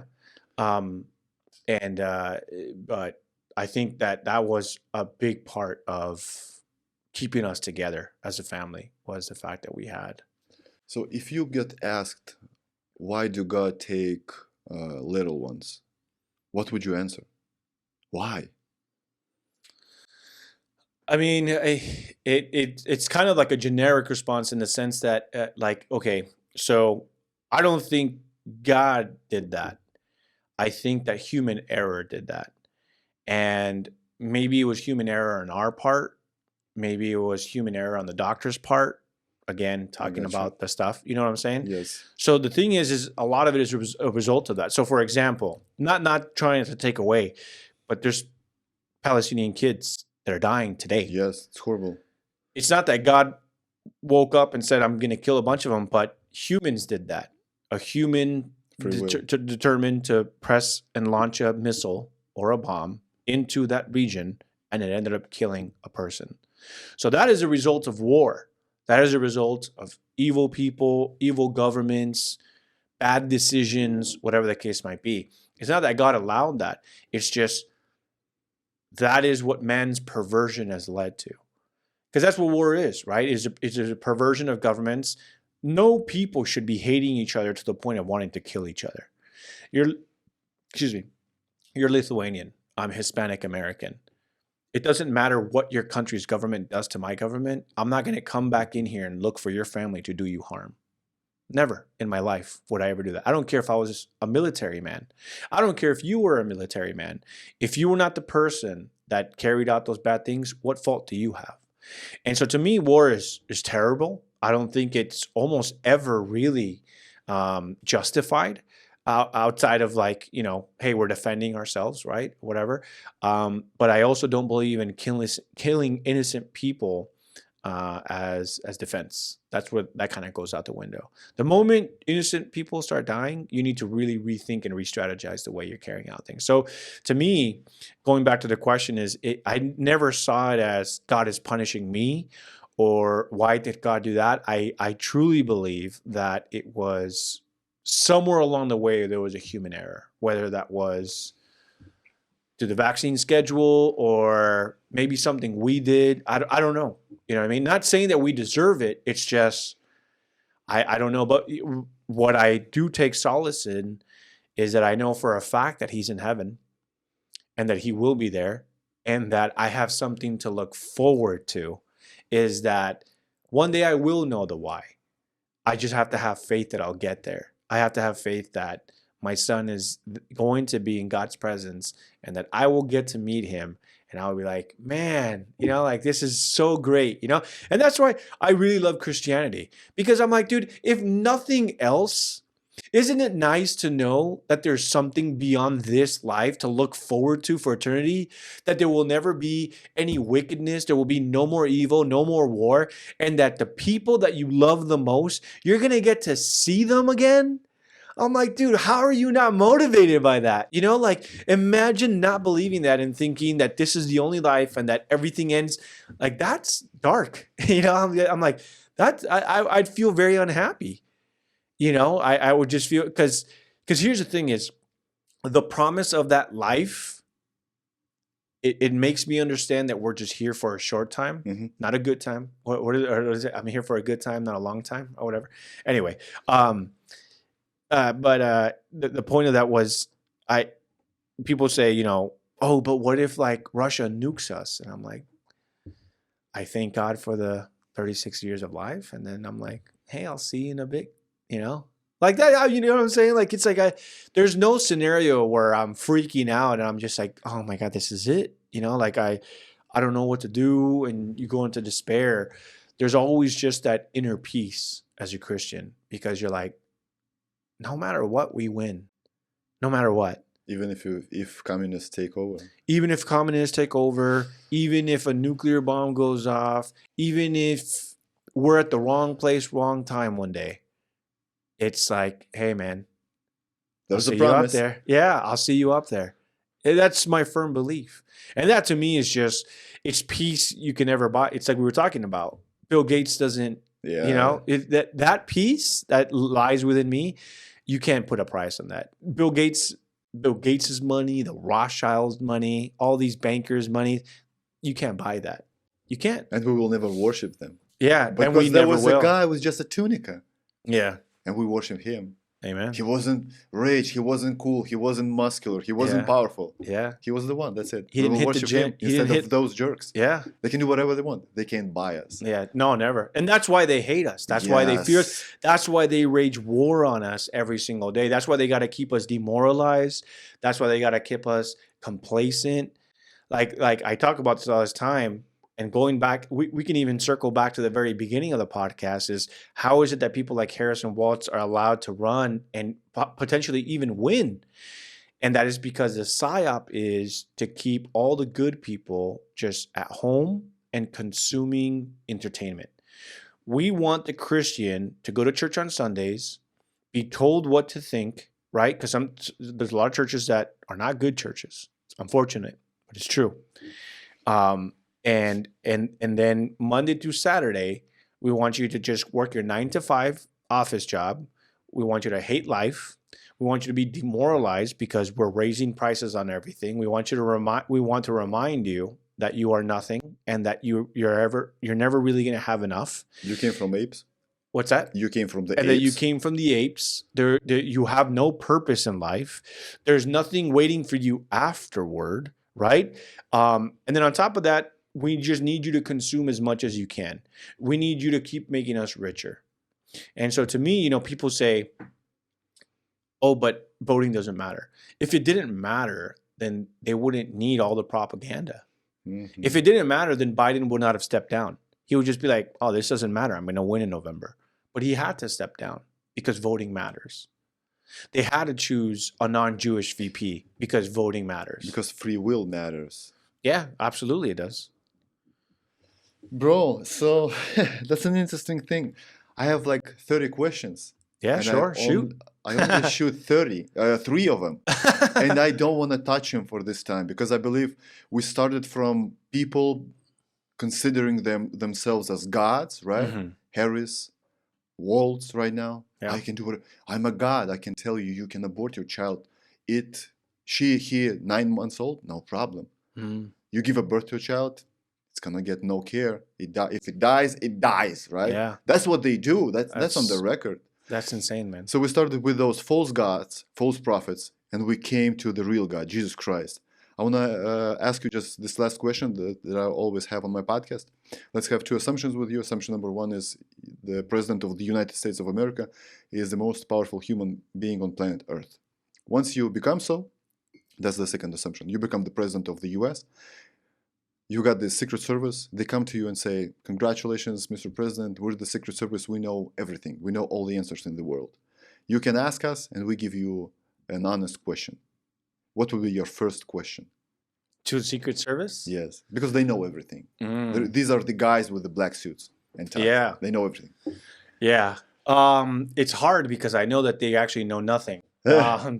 So it's hard to, but I mean, if your question is if I could really know the answer to one thing, I think a lot of people would be like, is God real? Or like, do you have evidence that Jesus lived, right?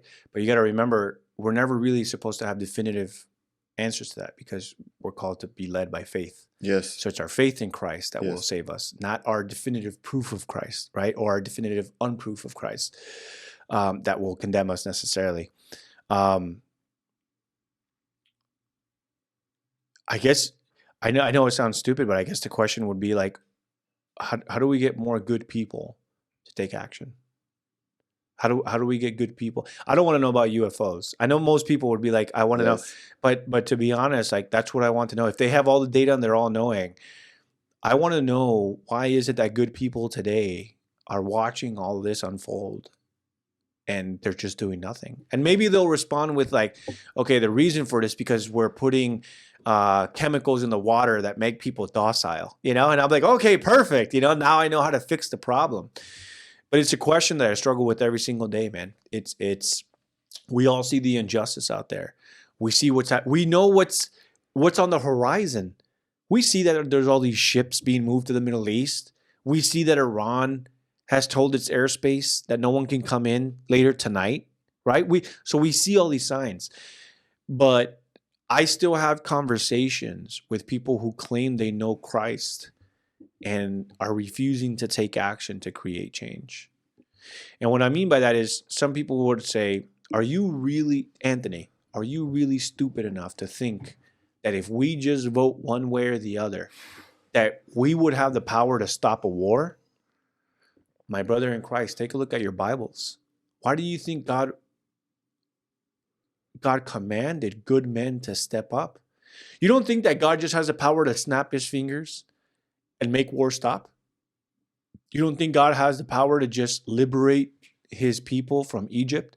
Just snap of the fingers. You're no longer in chains. Now you're in paradise. I will present myself to you and I will say, I have just performed a miracle. But you know what he has done historically? He has called on people. He has called on men of faith to go out and lead and perform change. He says, you need to be the person that talks to the people and say, you all need to get together and perform this sequence of actions. And then only then God will liberate us and free us and save us. You gotta have that faith, man. You gotta have faith. My faith is not in President Trump. My faith is not in President Biden. My faith isn't even in this election process. My faith is in Christ. This democracy, this constitutional republic, these are the tools that we have, right? These are the tools that we have. This is what has been given to us as a country.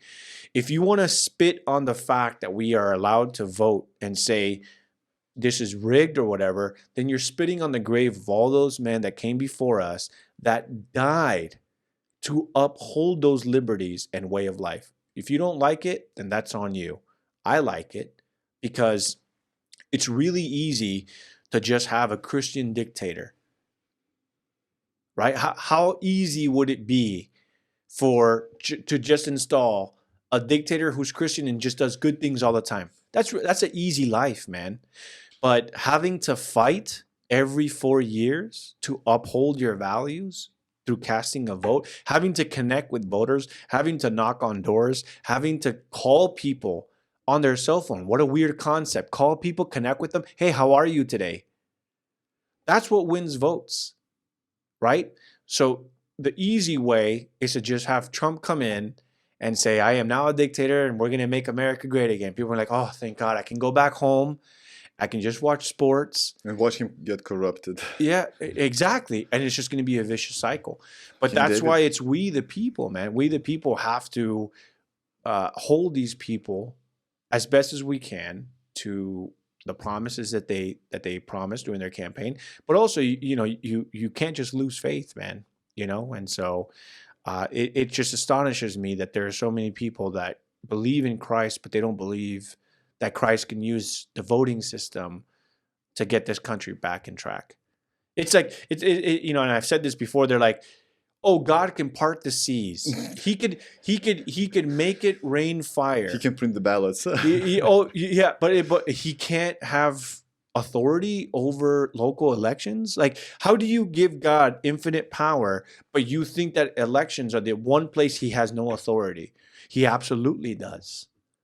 Absolutely. So when people try to cheat, God can intervene there.